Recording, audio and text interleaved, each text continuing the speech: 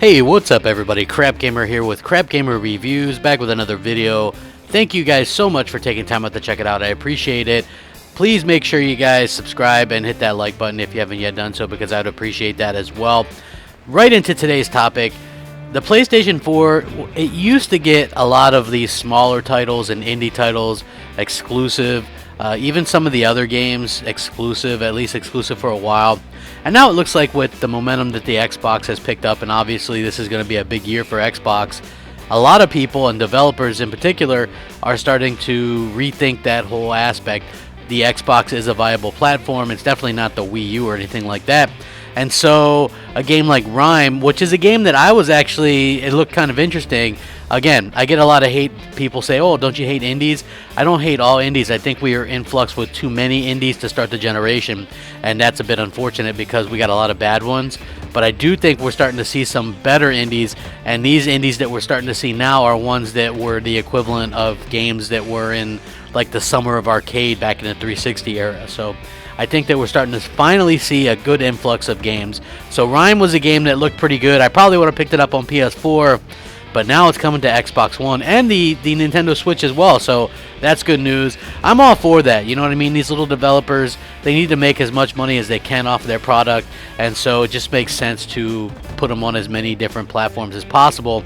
Ace Combat 7, which was a game that was touted as a PS4 exclusive as well, that was actually rated for Xbox One in a couple of territories, so that's pretty cool for those that are interested in that type of game. It doesn't really interest me because I'm not really a Ace Combat fan.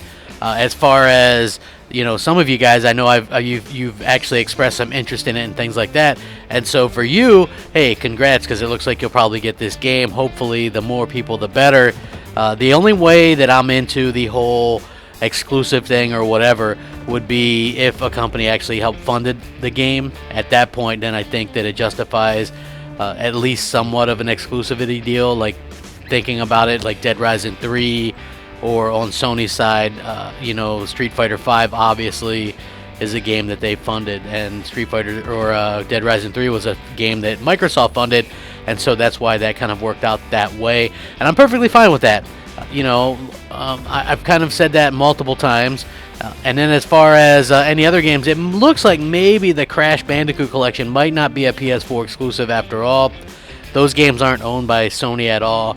They're owned by Activision, and it looks like those could come to Xbox. They weren't in the sizzle reel for the PS4, even though supposedly it's releasing this year, and that sizzle reel was only exclusive. So that would be the reason that it wasn't in there, because no way do I think those come out next year. I think they come out this year for sure.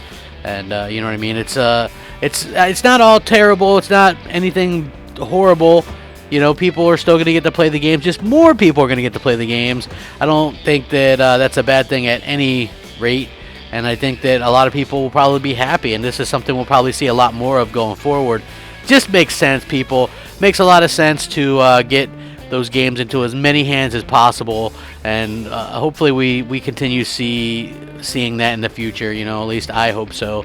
Because I think these developers, with the way they're closing up lately and things like that, I think they need to make as much money as possible.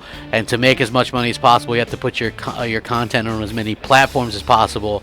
And that's just the way it is. I mean, people are just going to have to deal with it, get over it, stop the crybaby act, myself included. You know what I mean? Like, hey, it is what it is. Stuff's on Xbox, stuff's on Windows. It is what it is. That's what you got to say to yourself. Oh, well, this game's not exclusive anymore. It still looks good, though. It is what it is. And then just play the game and have fun and shut up about it. So, at the end of the day, hey, more players, more money, hopefully more games. Rack them up. Thanks for watching. Hit that like and subscribe. Hit me up on Twitter at @_Crapgamer. Hit me up on Xbox Live, MOH Crapgamer. And as always, thanks for watching. Crapgamer out.